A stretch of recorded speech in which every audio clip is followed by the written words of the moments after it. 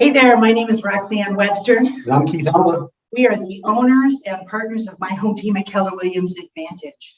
That's right. And you've turned into our latest episode of The Honest Hour. A low spinning The only spin that you're going to get there is Roxane doing her twisting.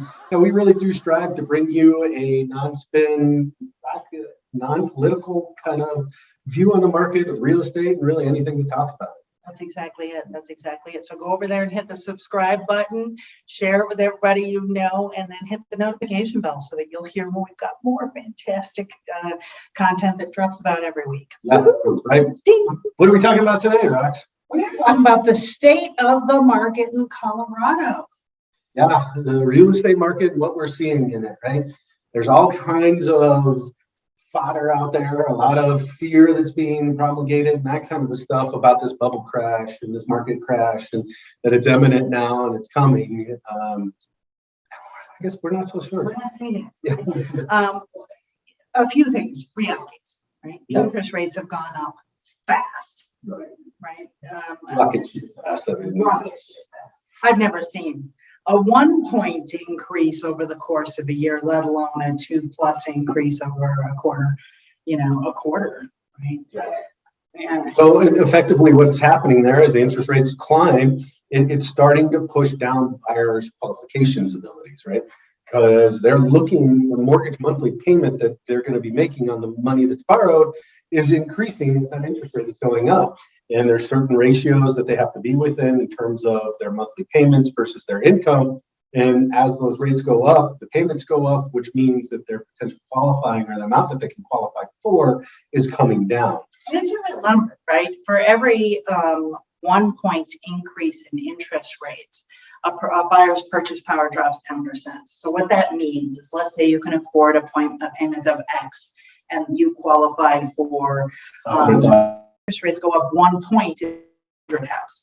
So for people who are pretty close to what they qualify for, this is creating a hardship and in some cases actually just knocking them out of the game for a while. Right, because now all of a sudden what they were looking at a $500,000 price point is not the same kind of a house they're looking at $400,000. If it even exists. Right, it may not meet their needs. They, may not have enough square footage or bedrooms or something along those lines.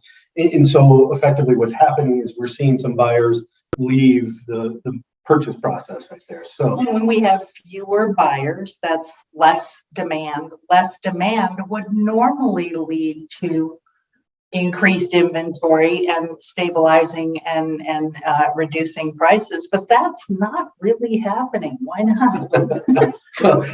Rather than in a full extreme seller's market where it was 10, 15, 20 offers that were coming in per house. Hunger Games seller's market. Yeah, right. Now you don't have as many buyers that are competing.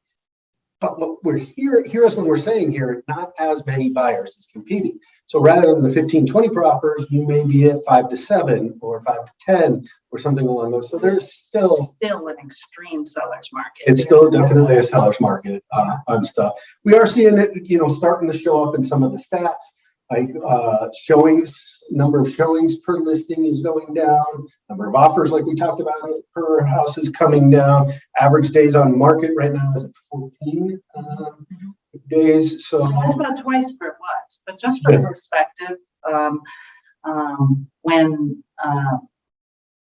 when you have days on market is like a leading indicator of how much inventory we have.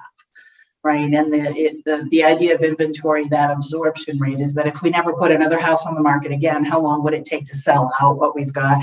We were sitting at between 1 and 2 weeks inventory for the past several years. So now if we're up at 4 to 6 weeks of inventory, a balanced market is 6 months of inventory. So we're still in an extreme seller's market. It's definitely a seller's market that's out there. It's just not the Hunger Games like you were talking about, or maybe it's Hunger Games Junior. Junior. And if you've got a really skilled agent, a good negotiator who can suss that up, or also whenever we see a shift in market conditions, you have agents, the average agent in National Association of Realtors closes 4 transactions a year, right? So if you close 4 transactions a year, the last transaction you closed might well have been when there were 20 competing offers, right? So it's not unusual to see, two offers come in. One, it's at list price. One is at 10% above list price because the agent isn't experienced enough in this market and doing enough business that they notice that something has changed. So having somebody who really knows their business will help you craft the offer if you're on the buy side to actually start winning some of these. And if you're on the listing side, work with that agent who doesn't know what they're doing, right? So you can maximize your dollar. Not necessarily, right? Yeah. Right. And on the listing side, right? We are seeing, I looked at the numbers this morning, there was almost 800 price reductions in the MLS over the last 7 days, right? And so that's something that we haven't seen that number of in a long period of time. And there is a detriment to overpricing your house, especially in this market, right? Yeah. You overprice it, you're gonna get showings, and then you're not gonna get offers. And the house is gonna sit there for a weekend, maybe 2 weekends, and now all of a sudden the buyers are coming through your front door and they're looking at the house through a different lens. And it's a dangerous lens to have your buyers looking at it.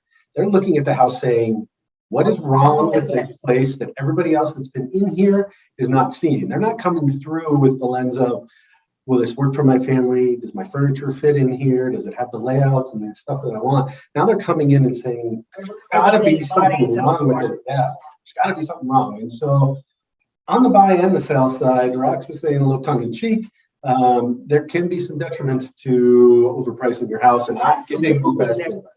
Absolutely, there's a disadvantage to overpricing. You don't want to go there at all. But having a skilled realtor representing you is really important because, two, I mean, the last thing in the world you want to do is go under contract with somebody whose agent isn't giving them good advice. They come in with an offer that's clearly above what the market is bearing. And 2 weeks later, over the inspection or some other issue, the buyer has talked with folks who've done some research on their own and then gets out of the contract. We're seeing increased failures of transactions, more transactions falling apart and coming back to the market. And that's kind of the nature of a shifting market. But I think that the overwhelming, overlaying influence that isn't going anywhere is inventory. Yeah, it's coming up a little bit, but not significantly, at least not yet. I think in our next video, we're going to talk about some of the potential issues that we see on the horizon, things to keep an eye on, because how they pan out and how it works out could definitely affect the real estate market and what it looks like in the future.